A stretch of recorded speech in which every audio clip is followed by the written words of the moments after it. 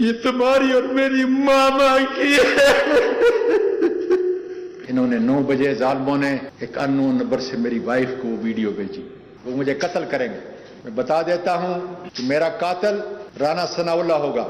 9 بجے کے قریب آج رات میں یہاں تھا، میری بیوی اسلام آباد میں، اس نے مجھے کال کیا، اس کی چیخو پکار ہچکیاں بند نہیں ہوتی تھی۔ میں نے بڑا ضبط کیا کہ شاید میری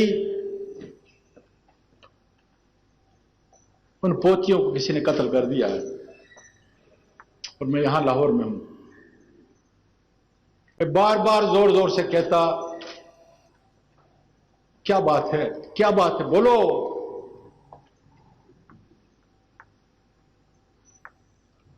سے آواز نہیں نکلتی تھی، چیخو پکار کے تھا۔ ایک دفعہ، 2 دفعہ تنگ ہوا، یہ سلسلہ کوئی 4-5 منٹ تک چلتا رہا۔ اس کے بعد میری بیٹی جو امریکہ سے صرف اس واقعے کے لیے آئی ہوئی ہے، میں نے اس کو کال کیا، میں نے کہا بیٹا تمہاری 2 جوان بیٹیاں ہیں، نہ مجھ سے اور نہ تمہاری ماں سے تمہاری کوئی چیز چھپی ہوئی ہے، ہم نے تو تمہیں اس طرح اپنے ہاتھوں میں نہلایا اور بڑا کیا ہے۔ میری سب سے عزیز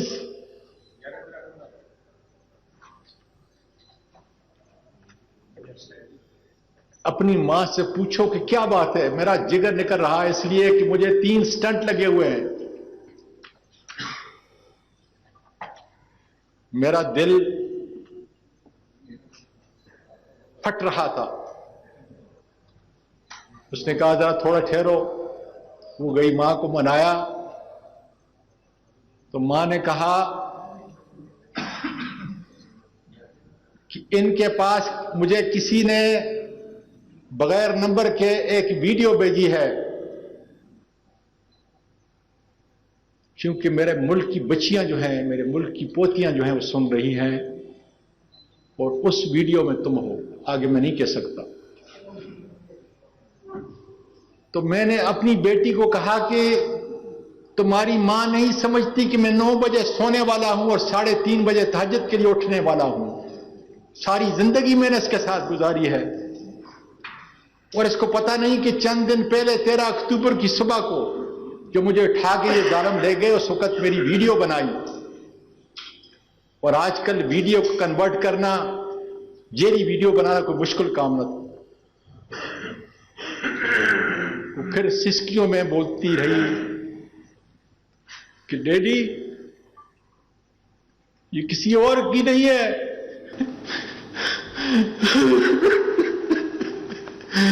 یہ تمہاری اور میری ماما کی ہے۔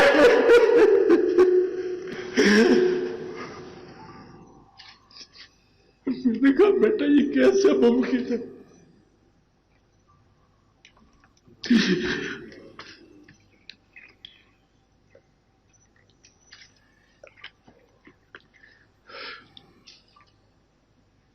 اے اللہ مجھے اتنی قوت عطا کر کہ میں اپنی قوم کا، اپنی بچیوں کو یہ پیغام پہنچا سکوں۔ اس نے کہا کہ جب آپ کوئٹہ گئے تھے، یہ اس کی ویڈیو ہے، صادق سنجرانی صاحب تم بلوچ ہو، بہت بڑی قوم ہے تمہاری، تم نے اپنے طور پر، تم میری بیوی کو اپنی انٹی کہتے ہو، چاچی کہتے ہو، مجھے پورا یقین ہے کہ تم اصلی نسل کے ہو، اس لیے تم عزت اور احترام کرتے ہو۔ تم نے سپریم کورٹ کی جوڈیشل لاجز کے اندر اپنے سے بڑے سینیٹر کا اپنی چاچی کا تحفظ کرنے کے لیے وہاں پہ انتظام کیا اور مجھے بتایا کہ چونکہ سپریم کورٹ کا کوئی جج کوئٹہ کے اندر نہیں ہے اس لیے تم یہاں پہ رہو گے.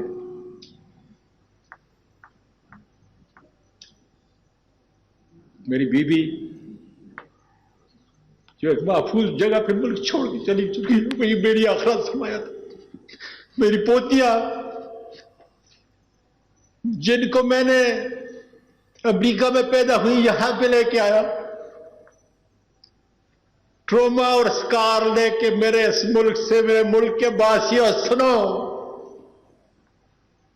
آج اپنے دادا کے اس ملک سے جو قائد اعظم نے بنایا تھا ان کو مجبور کیا گیا جس طرح بہت سارے لوگوں اوروں کو کہ وہ ملک چھوڑ کے چلی جائے اور انہوں نے اپنے دادا کو یہی چھوڑ دیا.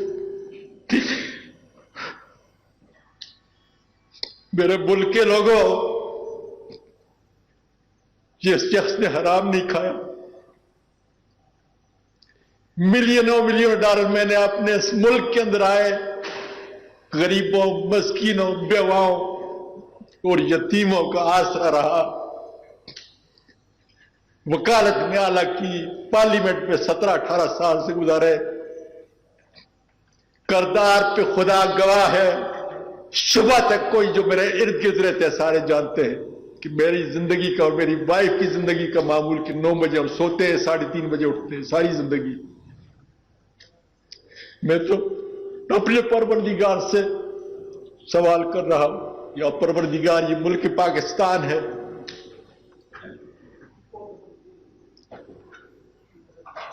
یہ ملک پاکستان ہے جس کے اندر ایک خاوند اور بیوی کا تقدس اور میں حیران ہوں کہ فوج کی وردی میں ملبوس وہ درندے وہ کالی بھیڑیں جو اس کام پہ معمور کی ہوئی ہیں کہ اگر اس کی کرپشن کی فائل نہیں ہے اس کی کوئی غیر اخلاقی کوئی ویڈیو نہیں ہے تو پھر اس کا اور اس کی بیوی کے جو ہے وہ نکال. سنجرانی صاحب میں پاکستانی اور پٹھان ہوں آپ بلوچ ہو میں آپ کے گھر میں آیا آپ نے میرا انتظام کیا. میں نہیں جانتا لیکن اتنا ضرور جانتا ہوں کہ ISI کے لوگوں سے تمہارا بیٹھنا اٹھنا جینا اس طرح ہے جس طریقے سے بدن ایک بدن ہوتا ہے. میں پورے میڈیا کے ذریعے پارلیمنٹ کے ذریعے آپ کو درخواست دیتا ہوں کہ تمہاری چاچی کو اور تمہارے چاچے کو اس ملت اسلامیہ کے اندر اتنی گراوٹ کا شکار بنایا ہے.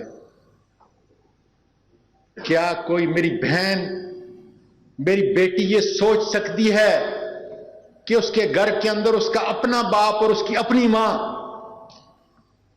اور اس درد کو دیکھو کہ اگر وہ تصویریں باہر چلی جائیں. انہوں نے 9 بجے ظالموں نے ایک اننون نمبر سے میری وائف کو وہ ویڈیو بھیجی. سب ٹھیکے ان کے لوگوں کو لڑاتے ہیں لوگوں کو مارتے ہیں قتل کرتے ہیں. اور اللہ تیرا شکر ہے